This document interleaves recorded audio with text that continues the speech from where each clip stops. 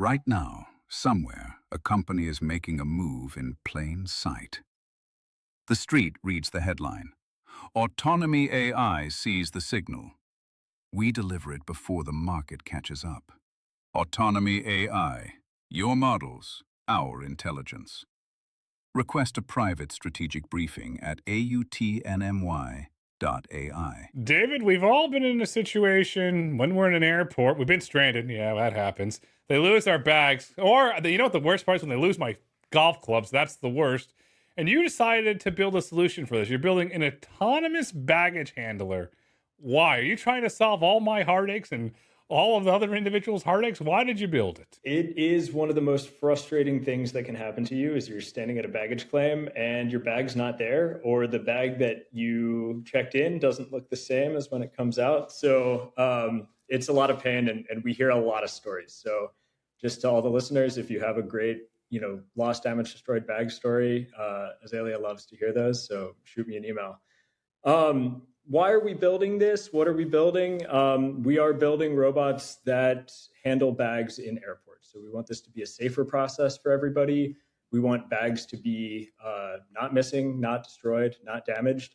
And we want to improve reliability and throughput in airports. We've all been there. Oh, I have at least, unfortunately. I go to airport horror stories, but we're not here for airport horror stories today. Bags destroyed. And you go to the desk and you say, "Excuse me, why?" Get a blank stare. Why do bags get destroyed? It's a good question. I think one thing that I should highlight is that the job is really hard. Oftentimes, people are working in environments that aren't climate controlled. You might be working in, you might have cover from elements, but it's going to be the same temperature as outdoors. So if you're working an 8-hour shift, you might get tired. You might take a shortcut. You might not, carefully lean over and place that 50-pound bag at the back of a cart. You might be throwing a bag. You might be tossing a bag. And you may have a shift change. So you may put down a bag waiting for a flight to be loaded that hasn't quite arrived yet.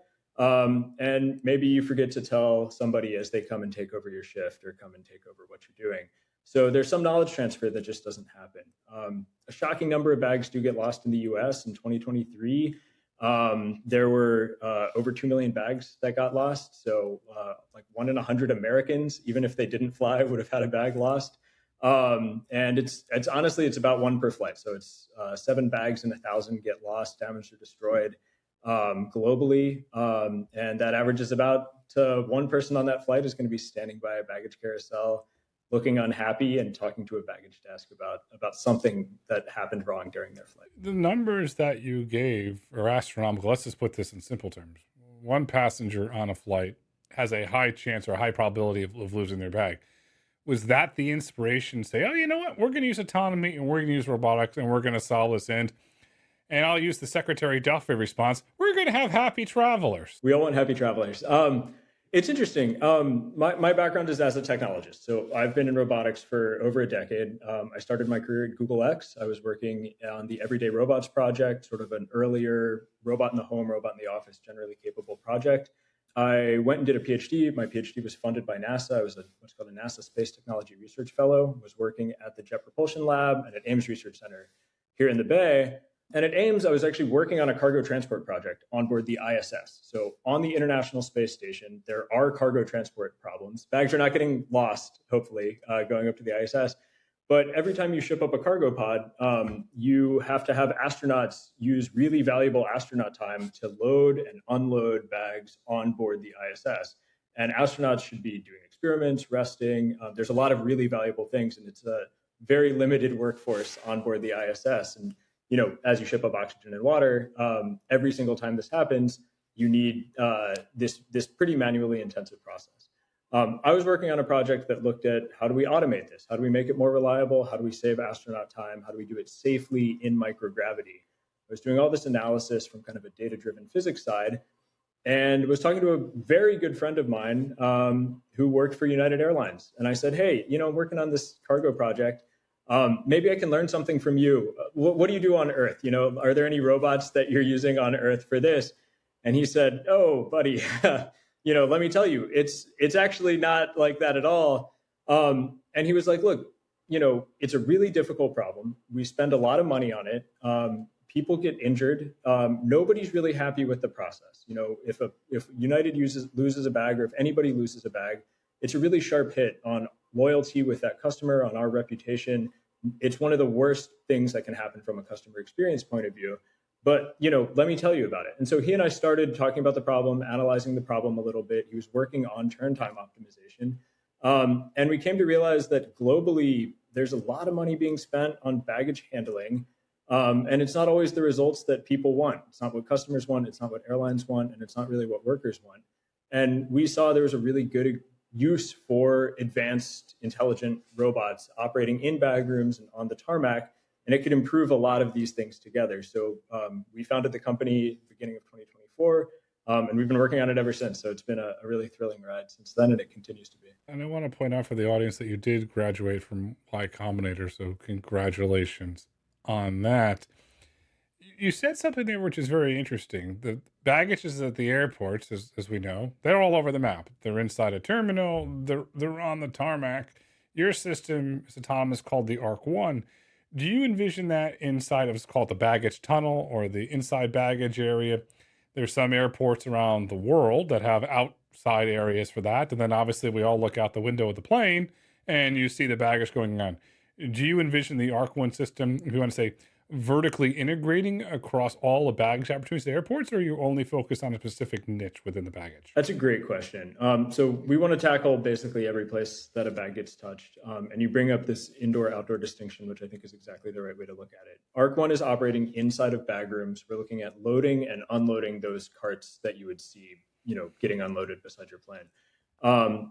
Where we're heading, what's next on our roadmap is one unit, so an ARC-2 or, what you will, that operates both inside and outside and really kind of completes this ruggedization and weatherproofing design work that we currently have in progress, but it's not something that we've rolled out yet. So right now, ARC-1 is operating inside of the airport.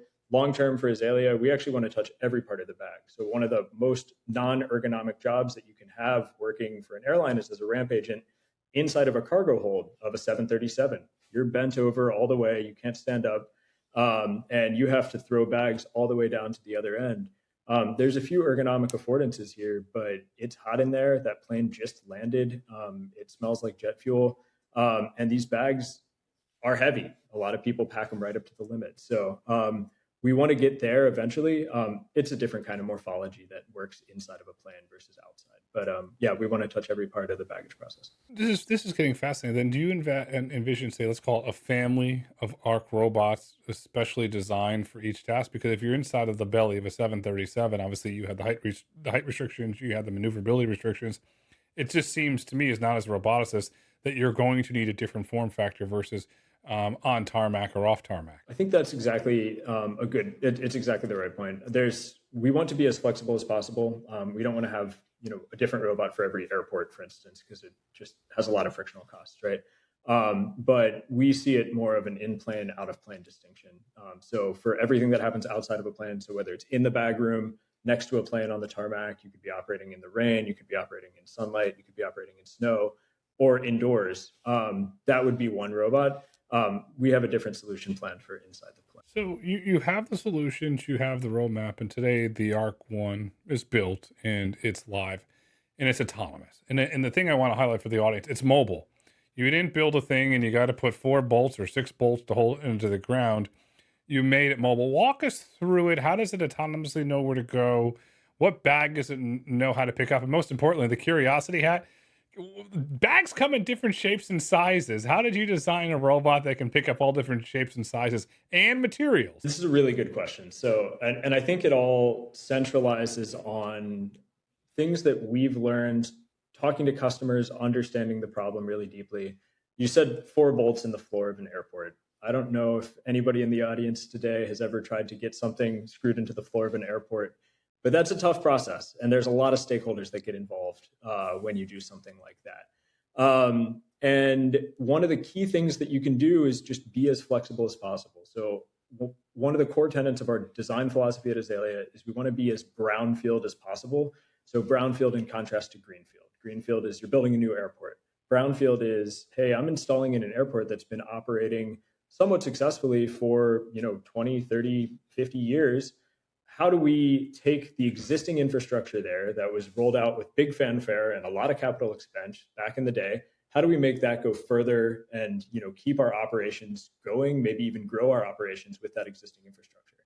We see mobility as a really big part of this. So the ability to flexibly work between different stations. So you have different conveyor belts that are in the same airport that may be used by different flights, different banks of flights, different gates at different times.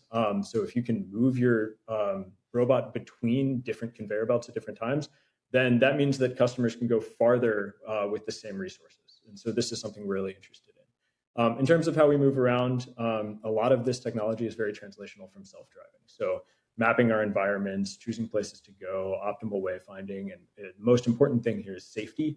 A lot of these come from existing technologies that we're able to leverage due to the huge amount of advances in self-driving over the past 20 years. And so that's been really exciting for us. In terms of how do we choose bags and how do we pick bags, I'll explain a little bit about the airport process. So inside of a bag room, it actually looks kind of like a very tightly packed baggage hall that you would see as a customer when you land. So there's rotary conveyor belts. In the US, they're called carousels. They might be called race tracks in other parts of the world. But they're generally shaped like a high school track, a rubber track that you're running around. You have bags that are fed onto this from feed belts, and this one racetrack might be serving multiple flights. So let's say I have a flight to San Francisco and then a flight to Seattle that are taking off from the same airline, subsequent to each other. You'll put the earlier flight kind of right at the front, heading towards the exit door, and then the next flight will be right behind it. And if you have multiple carousels, you put up all the first departing flights all at the head of each carousel, and then the next flights are at the subsequent positions all the way back. But then you have several ramp agents. Depending on how big the conveyor belt is, you might have 4 ramp agents, 5 ramp agents that are working on this for 3 shifts a day, who are all working on a single conveyor belt to load different flights throughout the day and pack carts with bags. We do largely the same process. One of the things that's great here is that every bag has a tag attached to it. And that tag lets us look up exactly where it needs to go, where the destination is, what the destination airport is. And we can identify that to which cart is applicable to which flight and make this decision for how to pack bags. You are correct. Every bag is different. Different people have different bags. So you might, when you go to the airport and you look around, you think, okay, yeah, these are all hard shell plastic bags or something like this, but you get a wide variety of things. But those are mostly in a long tail. So it's sort of 5% of bags are going to be damaged in a way where it's really difficult to pick them up. You might have somebody checks a handbag, something really small, right? So small objects are actually kind of difficult if you've designed to pick up large, heavy bags. And you may have like a trumpet case or something like this. One thing that's good, you mentioned golf clubs. These often go down separate sporting equipment, kind of oversized routes. And so that eases a little bit of burden for us, is that the process is designed for regularly shaped, regularly weighted bags that are actually hitting these conveyor belts. Hopefully that answers some aspect of the question here. But there's a lot of computer vision involved, a lot of us deciding what's in the cart, what's the current state of the cart, what's the next bag that we can pick up that needs to go in this cart that'll fit in a particular orientation. And so we are constantly optimizing these very short and medium horizon decisions from a geometric point of view and even from a physics point of view of what's the right way to place this particular bag into this particular cart. I wish you had that for golf carts. I can't tell you how many times, sorry, sir, your bag didn't make it on the plane. Ay caramba. I was playing in a tournament and the clubs weren't there and you have to go. It's a cluster, but I'd like your system because to me, it seems that demand for Azalea Robotics and what you're building with the Arc One is only going to grow because of Apple and the AirTags, where now there's accountability. This is a public statement I'm going to say is we saw statements 2 years ago from Lufthansa. They wanted to ban AirTags. And then there was this massive outcry from consumers. Yeah, good luck stopping us. It seems that with consumers holding airlines accountable with AirTags, that your system provides the antidote to meet that so you can have a happy balance. I think you're exactly right. I think one thing that every customer in this area that we've talked to is really hungry for is more data about what's happening in their operation, right? So airports, if you've ever been behind the scenes, they can be really chaotic places. And it can be hard to get a picture on exactly what is where and when. And I think a lot of this chaos contributes to sometimes missing bags, damaged bags. Having robots in the loop, robots don't miss. When they do miss, they can improve from data. They can get better every time. And when they miss, they can highlight always accurately, here's exactly what the problem was. A bag got dropped here, a bag got placed down here in a place that wasn't, the right place. We couldn't pick this bag off of the carousel. We can flag this for a person to come take a look at.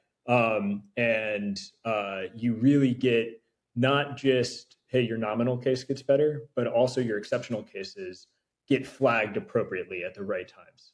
And so I think that this really contributes to an overall, maybe I'll say, truncation of the long tail, where the problem cases get a lot better. From your computer vision system, I'm assuming you're reading the barcode, the data, let's just say FLL, PBI, MIA, MCO, going to SFO, going to SCA, I don't know, going to DTW, for example.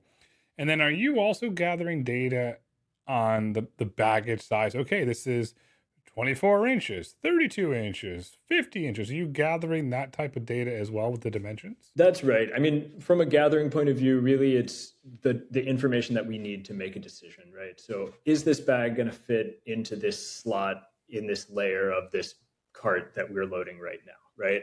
And if we have a bag that's 18 inches across versus 20 inches across, we may want to pick the 18-inch bag so we can slide it into a spot that we know it's going to fit. So we're always working on improving this.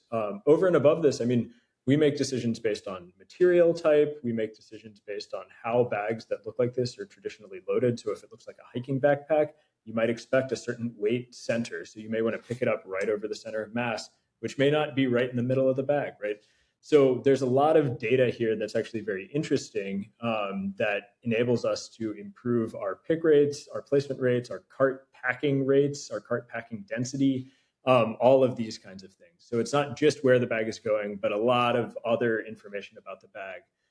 One thing that doesn't matter at all, and we don't even have access to, is whose bag that is. So it's really interesting. We're collecting a lot of data about really the physics and the geometry of the data of the bag, but it's never in a way that ever impacts anybody's privacy, which I think is also kind of a neat point about working in this problem space. It's a neat point because you're not violating privacy, which opens up the EU, the European continent, to your business, and you're solving a problem for the consumer because you're taking away anxiety and stress. And we're starting to see more and more global airlines integrating where my bag is, and you can track it. So thank you, Tim Cook and Apple, for the AirTags invention there. So you're making traveling a little bit better knowing where things are.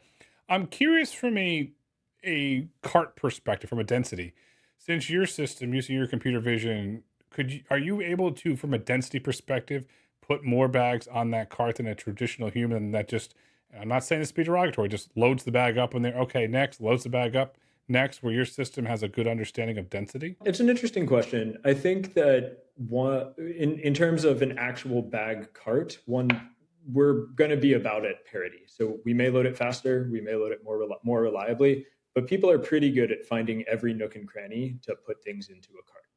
And that's great. If we reach parity here and we can do it a little bit, faster and certainly more safe, where you're not picking up a 50-pound bag and throwing out your lower back to do it, then we as a company are happy, and generally airlines and I think workers are happy too.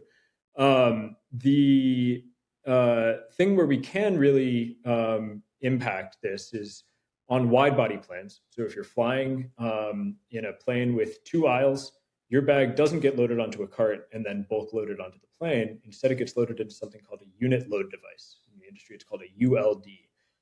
And then that ULD, it's kind of like a shipping container for passenger bags. That ULD itself gets loaded onto the plane. And one thing we can do is, because when we pick up a bag, we're reasoning about how much it weighs, where the center of mass is, what the density of the bag is. We can impact weight and balance of planes in ways that can improve fuel efficiency and even improve safety for underloaded planes where you may not have a full passenger load. We could interface with baggage systems and with aviation systems to say, hey, we actually need to pack more weight on the left side of the plane, and we know this ULD is getting loaded on the left side of the plane, so we're going to put a few heavy bags over there. It's an interesting aspect. It's a little bit more experimental for us, but it's something we're really excited about in the longer term. Is that system fully integrated? If so, is it connected or integrated into the bag management maintenance systems that the airlines use? It's a good question. So in terms of weight and balance in particular, that one it's experimental for us. We haven't rolled this out anywhere. But in terms of how we decide which bag is going to which flight, we connect with something called the BHS bag handling system for the airport. And generally this happens. So we get to plug into some existing infrastructure. So one of the benefits here is that airports already need to have a lot of the relevant info here about bags because different airlines are working together. So you may catch a connection through, let's say, DFW, where you're coming in on one airline and you're leaving on another airline, right? And so there already has to be some kind of handoff between the different airlines' bag handling systems. We can leverage that information. It's called a BSM, a bag status message, and use that information already to pick, place bags without issue. The other thing that we do, and I mentioned this, is we serve as a scan point. So normally there's somebody who's there who will load a bag and then scan. But if it's really chaotic, if there's a ton of bags coming down, this is where bags get lost. Is not every single bag gets scanned before it gets built into that cart. And so you may not have a perfect scan rate if it's a human process. For us, even during the pick, we have so many cameras on our robot. We definitely have to know which bag that is, that it's scanned, and even where inside the cart that particular bag ended up. You're increasing, to me, it's accountability. And when you have accountability, then you can streamline the operations. Let's say I'm a county municipality and I'm the owner operator of an airport, which is very common here in the United States, and I want to deploy an ARC-1 system. Do you integrate into my existing operations? Do I have to build anything? What does it look like when I say, okay, let's deploy? It's a great question. So our long-term goal at Azalea is you just drive it off a truck and it's ready to go. Right now, we do very white glove service. So we have deployment engineers who are working with you to make sure that everything meets your exact needs. But we really want to have the lightest weight integration possible. We see ourselves, I think, less like a conveyor belt and a lot more like a tractor. If you need to buy another tractor for your, to tug bags around the tarmac, you just go out and buy another tractor, right? You don't have a big integration project to buy another tractor. Maybe you have a charger or something like that if it's an electric, if it's a battery electric vehicle.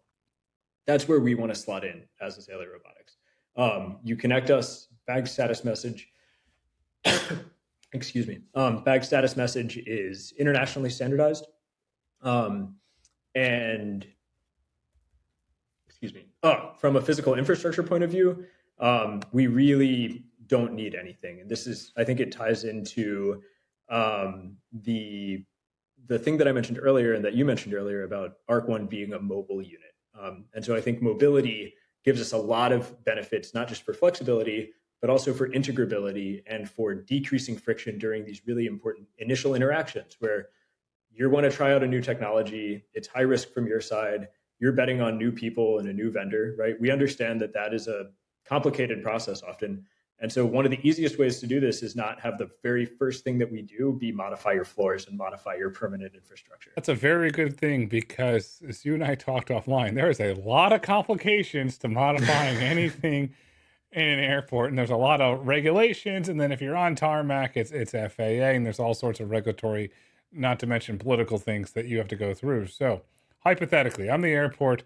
I take possession. This is in the future of it. I connect to the BHS and put it on the Wi-Fi network. Then away it goes. Is that where we ultimately want to get it to go? That's exactly the dream, right? So you in an operator interface can say, hey, we can detect a conveyor belt. That conveyor belts are straightforward to detect. So we can map your bag room, and then you can tell us about your process in a very straightforward way, right?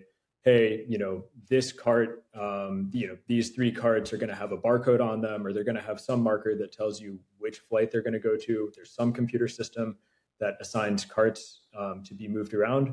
This information already exists. People have to make these decisions on the ground. And so there's a schedule of which carts go where. It's just a question of getting that information to us, and then your airport is ready to go.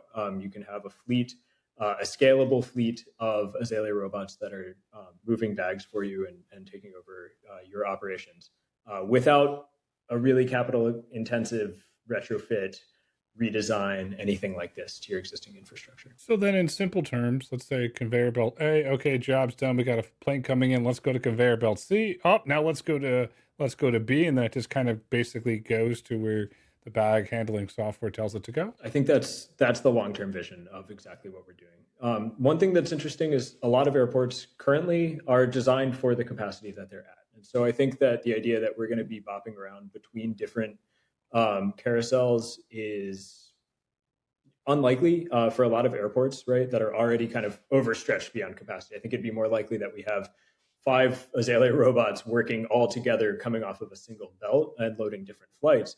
But what's really interesting is that anytime you build an airport, you are making a huge bet on a lot of things. You're making a bet on travel demand. You're trying to forecast travel demand for the next 20 years, because that might be the next time that you plan to retrofit your airport, right? And when you build a conveyor belt, that conveyor belt has to have capacity for 20 years of travel. And if you think about the number of crazy things that happen in the world, the area might change. There might be a huge economic boom. There might be an economic downturn. Travel preferences might change. People might start commuting by steam train. I mean, who knows, right? And so it's an interesting process, and it's something that we really want to free customers from: airlines, municipal airports, private airports. We want to free customers from having to do this really difficult and really expensive forecasting process, because immediately you always build in a lot of slack.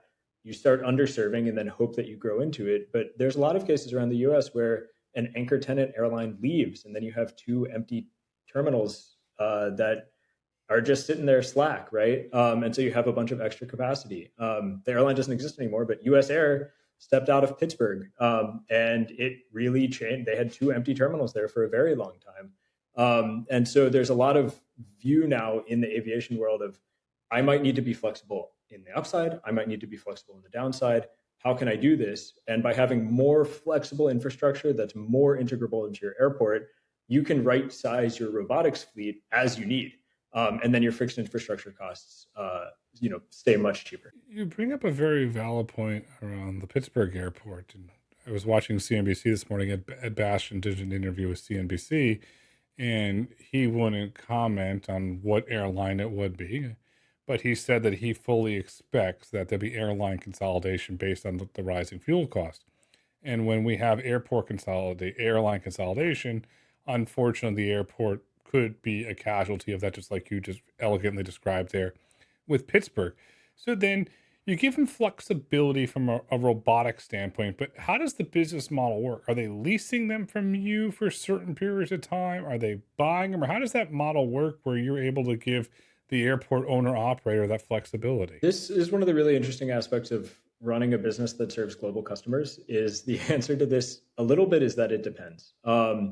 We generally like robot as a service. It means that customers can get the amount of autonomy, if we can consider an amount of autonomy, but a number of units that's the right size for their airport and their travel needs right now. And we can scale this up and down as necessary. So really, it's an operational expenditure kind of cost. That's what we like. And in the US, where really the consumer is largely the airline, so the operator, this is a lot of what the customer demand that we've seen is. In the EU, in Asia as well, there's a lot more of a focus on airport groups and airports that are providing common use infrastructure that's more rolled up as part of a gate fee. And this is interesting. There's a lot of historical reasons why the aviation industry has developed the way that it is. But in common use airports, oftentimes airport groups are more used to spending capital expenditure themselves and then financializing that transaction themselves, right? And so we do see some interest in CapEx. We are happy to do both. At the base rate, our software costs money to run. There is always a service fee, these kinds of things, but different customers have different demands, and we are happy to meet both. You highlight a very important part, because if you look at Singapore, for example, the way that it's run there versus U.S. airports or even some European, UK airports, you're right, they're different. Because to me, if you're going to work with an airport entity, let's just call it entity, there is no one size fits all. I could make an argument, okay, for this country, that's the way they're historically governed, one model. For this country or content, a model. For this country or content, a model. And so you have the flexibility there, which is really, really smart, really intuitive on your part. Robots as a service, the Wall Street Journal coined this great term earlier in the year, robot wranglers.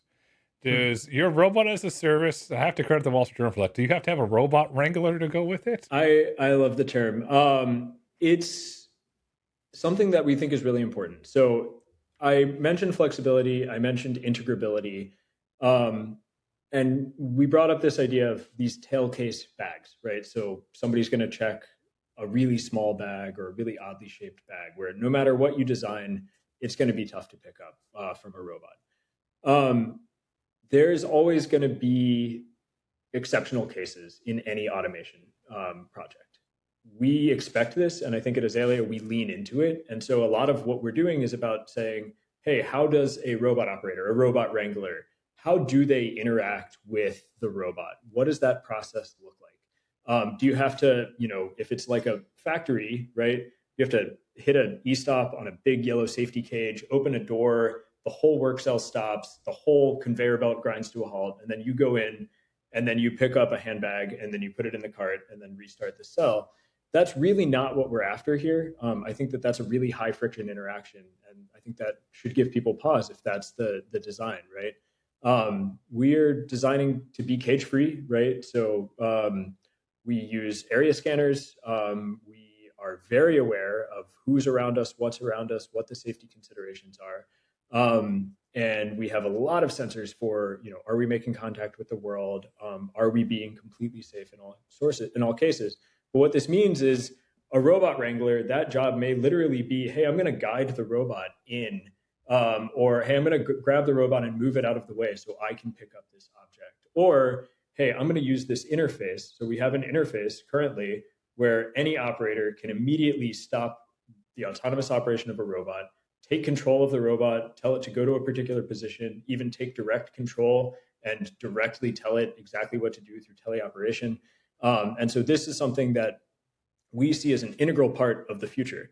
And it's, I think, something that's really interesting because it means that people, as they're working in this kind of job, their job could go from, I have to pick up bags, I'm sweating all day, and I'm, ending up with a long-term injury, to, oh, I need to intervene when a robot is going to hit an exceptional case. And in fact, I can use my experience from moving bags. I understand, hey, this bag's going to be really heavy. Like, it doesn't look heavy, but it's going to be really heavy.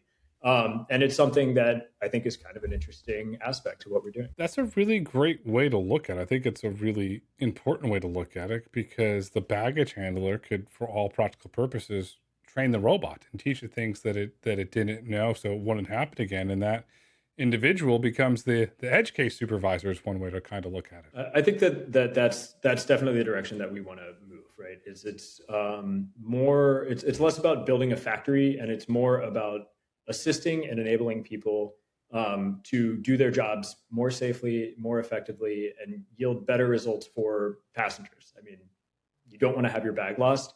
I don't think anybody enjoys losing bags, right? And so it really is kind of a synergistic process for everybody. One of the key design elements of your robot is the arm with the grip. How did you develop that arm? How did you come up with that, if you want to call it, the grip technology to be able to do this? It's a great question. So we use a suction gripper, and suction, to apply force with suction, it's pressure times area. So we have a large area suction cup so that we can apply as much holding force as we possibly can to a bag. One of the early bets that we took is that you really need to be moving a lot of air through your suction system. So it's not just about the absolute pressure, but it's about maintaining that pressure. Because if you're picking up cloth, that cloth is going to let in air all the time. And you have to be evacuating that vacuum chamber much faster than that cloth so that you're maintaining this relative pressure. This is one of the early bets that we took at Azalea, and it's been working out great. So a lot of times people, look at a suction cup, they see a vacuum powered robot, and they say, "Oh, how's that going to pick up a cloth bag?" And the answer is, it does very well. There are edge cases. I think for all grippers, there are edge cases. For us, if there's a really deep groove in a bag, you may have a damaged or cracked bag that could cause an issue. But again, sort of in the 95% case, we're able to pick up heavy customer bags. So we can go all the way up to 50 pounds. Did you choose a suction gripper because bags are different, as we talked about earlier, different shapes and sizes, and then you can basically suck it up. You don't have to worry, okay, we got to be able to make the arms this wide? That's basically one of the major choices. I think the other thing is for almost all bags that you see, there is a large flat spot. So we focused on, every bag is different, but we focused a lot on what are the common aspects of bags. We've probably bought 200 different test bags. Every time I see a weird bag in an airport, I try to find it, and then we'll buy it for the shop, and then we test on it, right? And one of the key things that we realized is it's less about doing exact, fiddly things. A lot of times people ask us, "Oh, do you grab the handles?" Grabbing handles, I mean, is a really tricky computer vision problem. If you can do something simpler that does a lot better, like suction, you're going to get a lot farther. And so this is one of the aspects that we've leaned into. Our suction cup, the way that we've chosen our design is it has sort of multiple bellows, and so these can naturally conform to all objects.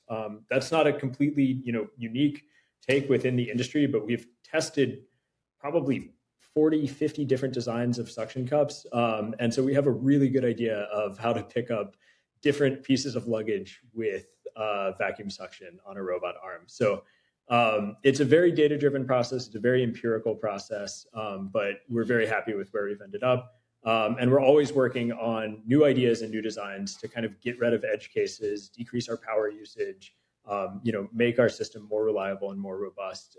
We have some exciting stuff coming down the pipe that you should keep an eye out for.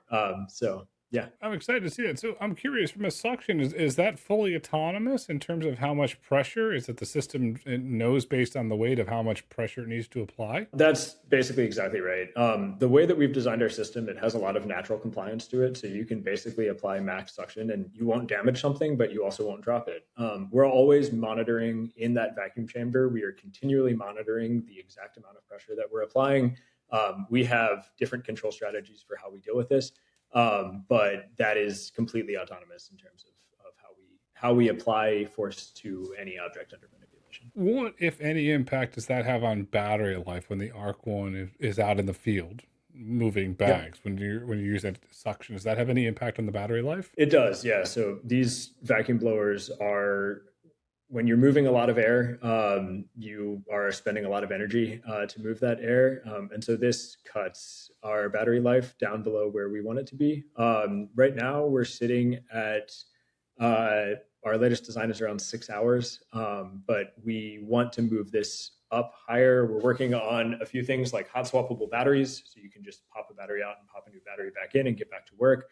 And we're working on some new designs that may be more power efficient as well. But if I'm in an airport and I'm in the test phase, and as you and I both know, airports don't just say, "Hi, Azalea Robotics, here's a check for 100. Nope, everything's got to be a pilot at an airport.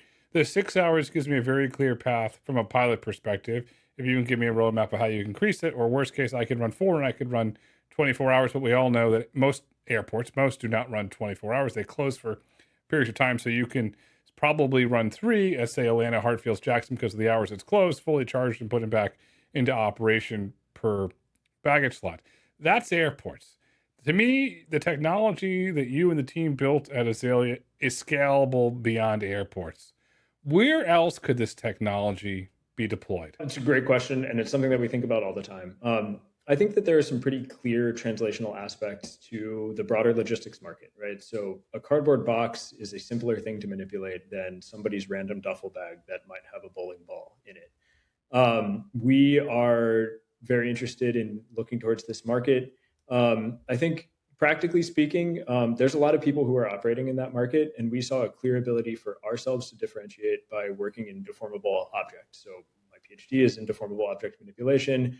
We see it as the frontier applied problem, and it's the thing that we want to solve the hard problem first, and then bring this knowledge from aviation and from this broader, more difficult problem into the broader logistics industry and approach it from that direction.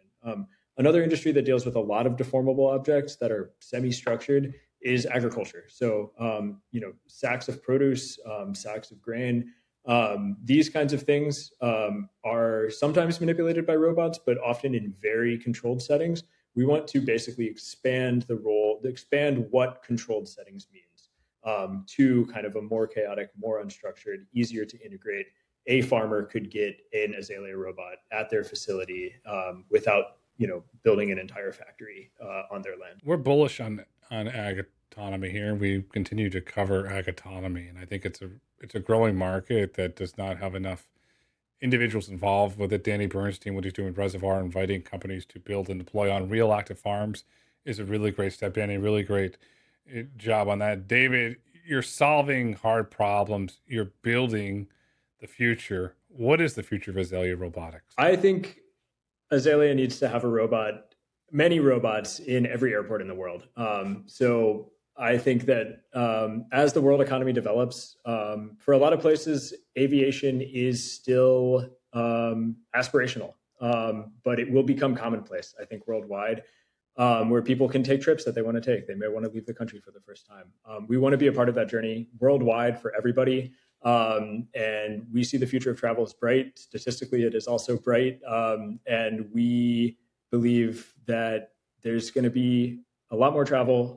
And we want people to have happy journeys where they reach their destinations with all their bags intact and in their possession. So I think that's it. I mean, really, the future is an Azalea robot in every airport in the world. The future is happy travel and a lot less lost bags. That's the key. A lot less lost bags, and that will be powered by Azalea Robotics. The future is bright. The future is autonomous. The future is Azalea Robotics. David, thank you so much for coming on the road to autonomy today. Really appreciate it. Thanks for having me. It was a delight to be here.